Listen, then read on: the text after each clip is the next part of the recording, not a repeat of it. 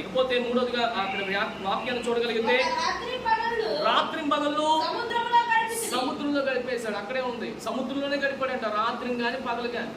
మనం చాలా సార్లు ప్రియమైన బిడ్డల రాత్రింబగలు గడపడానికి ఇబ్బంది పడిపోతూ ఉంటాం.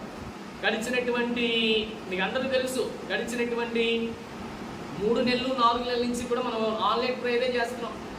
అవునా కదా? అవునా? మీలో చాలా మంది తెలుసు, మొన్నటి వరకు మార్నింగ్ పెట్టాం, కానీ గత 3-4 నెలల నుంచి రాత్రి మాత్రమే ప్రార్థన చేస్తాం. మీకు విషయం చెప్పమంటారా? ఇప్పుడు వచ్చిన వారి కంటే రాత్రి వచ్చిన వారు ఎక్కువ మంది ఉన్నారు. ఎందుకో తెలుసా? రాత్రంతా ప్రభు కోసం మరి ఏం చేస్తారో తెలుసా? శ్రమ పడ్డారు. చాలాసార్లు మీరు కూడా శ్రమ పడుతున్నారు, ఉదయం అంతా వెళ్తున్నారు, కానీ రాత్రంతా ప్రయాసపడి అలసిపోయి ఏమిటి ప్రియులు పెట్టారా సొలసి మీ శరీరాలని ఏం చేసుకున్నారో తెలుసా? ఒకవేళ బాలేదు కాబట్టి ఆ విధమైనటువంటి పరిస్థితుల్లో కూడా మీరు వెళ్తున్నారు. కానీ ఎక్కువగా మనమంతా కూడా శ్రమ పడవలసింది ఎప్పుడనంటే ఉదయం కాదంట, రాత్రి అంతా. అందుకని యేసుక్రీస్తు ప్రభువు ఉదయం అంతా శ్రమ పడ్డాడు, రాత్రి మరలా వచ్చేటువంటి ఉదయానికి ఛార్జింగ్ పెట్టుకున్నాడు. అవునా కదా? దేనికోసం దేనికోసం? రాబోతున్నటువంటి పరిచర్య కోసం. ఆ మరుసటి రోజు జరుగుతున్నటువంటి దయ్యాలను వెళ్ళగొట్టే విషయంలో కానీ, లేకపోతే స్వస్థపరిచేటువంటి విషయంలో కానీ, ఇంకా చాలా చాలా విషయాల్లో ప్రభు ఏం చేశాడో తెలుసా? ఆ రాత్రంతా కూడా ప్రయాసపడి ప్రార్థన చేశాడు.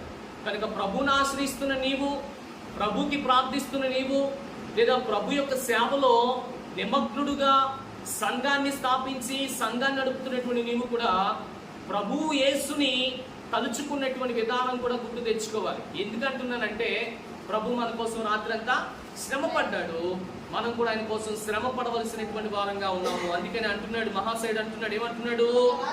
రాత్రింబగళ్ళు సముద్రంలోనే ఉండిపోయాను నేను. సముద్రం బాగా వినాలి, కిందకి దిగడానికి ఉండదు. ఆలోచించండి ఒకసారి. ఏదైనా మనకి సడన్ గా ఏదైనా వచ్చింది అనుకోండి, అసలు ఏంటి పరిస్థితి ఏంటి? 3 రోజులు 4 రోజులు అక్కడే ఉన్నాడు అని అంటే ఏంటి పరిస్థితి? తన భక్తుల పరిస్థితి ఏంటి? తన యొక్క స్థితి ఏంటి? గమనించండి. ప్రతిరోజు మనం కాలకృత్యాలు తీసుకుంటాం కదా, 3-4 రోజులు కాలకృత్యాలు ఎలా తీర్చుకున్నాడు అసలు?